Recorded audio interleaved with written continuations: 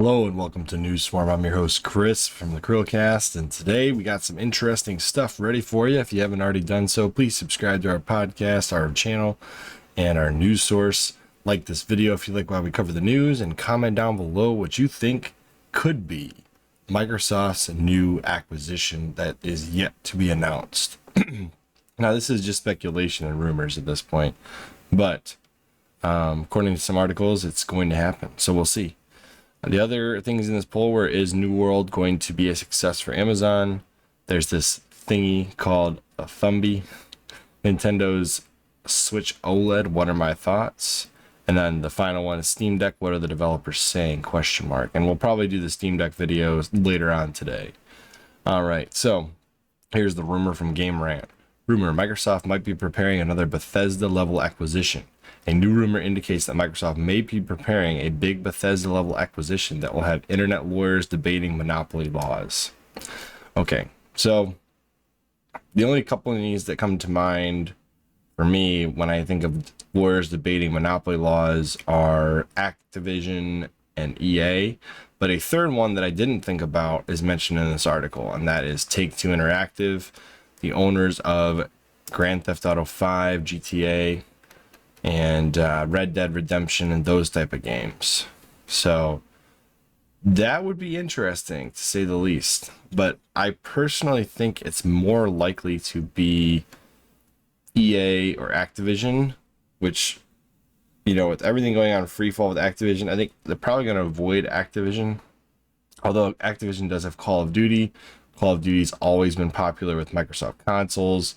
The controllers tend to be very well made for shoot 'em ups, first-person shooters, that style of gameplay, and shoot 'em ups are very close. Not shoot 'em ups. First-person shooters are very closely tied with Microsoft systems, especially with Halo and Doom now being on the same console exclusively going forward. It makes the most sense to grab another studio that also produces first-person shooters, make your console the first-person shooter console. Golden. But with all the money that GTA 5 pulls in with the games as a service, maybe Microsoft wants to bring GTA 5 to Game Pass and the heavily rumored but never announced GTA 6, which would be massive. GTA 5 is already the most sold, most lucrative game out there. It's been around for a very long time at this point. It's been around basically as long as Skyrim's been around, but it doesn't get nearly as much flack for being ported to everything like Skyrim does. As people have said in the past, Skyrim could get ported to a brick and Todd Howard would still sell it to you. But I'm concerned because at some point there aren't enough studios that Microsoft can continue, picking them up. Sony can't get. I mean, there's third-party developers for a reason. Do we want more companies underneath Microsoft's umbrella? Is that really what we want at this point, or do we want these third parties to remain third parties and produce games across the board for whoever they get a contract with, whoever they want to produce games for? I mean, this kind of goes hand in hand with the Game Pass effect. At some point, Game Pass is more about sustaining the membership with less releases and less companies producing games outside of Game Pass versus the market we have right now, where all these companies are all competing for your dollar at retail stores versus competing for your attention on Game Pass. Because at some point, Game Pass becomes a competition internally, where a franchise that does poorly on Game Pass will see its studio shuttered. So if the game isn't bringing you to Game Pass, then it won't continue to exist under Microsoft's umbrella at some point in the future. Versus right now, where if a single Call of Duty game does well this year and does bad next year, it's like there's still going to be Call of Duty the following year because it's such a moneymaker, even with bad sales. But a game that is good on Game Pass for a few minutes and then dies might see its studio shuttered under Microsoft's umbrella. We haven't seen this yet. Microsoft's done a really good job so far, but long term, I don't think Game Pass is sustainable. Keeping games on it or producing games for it that don't drive customers to Game Pass. And I'm sure some of the studios under Microsoft aren't geared towards Game Pass releases. But games as a service certainly work, like Sea of Thieves, the Halo Infinite, yet to be seen, but seems to be like a game that would work on the Game Pass games as a service style release. I don't know.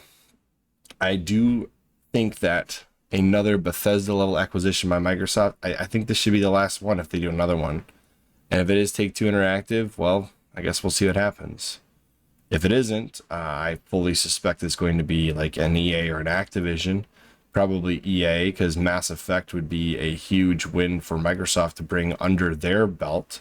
It fits the same universe as fits the same style of game from a location perspective, being a spacefaring, space opera style decision-based game.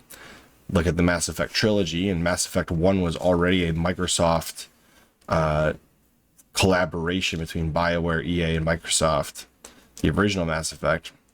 So why not bring Mass Effect back home to Microsoft where it originated? So I don't know. I think EA makes more sense, although Take-Two would also make sense. I just think Activision's probably not going to be it. Call of Duty makes too much money across the board for Activision to part ways with it. Although Activision is kind of burning down right now, so who knows?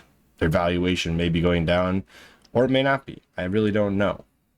I don't know how these social and ethical issues affecting Activision Blizzard would affect its potential sale to Microsoft.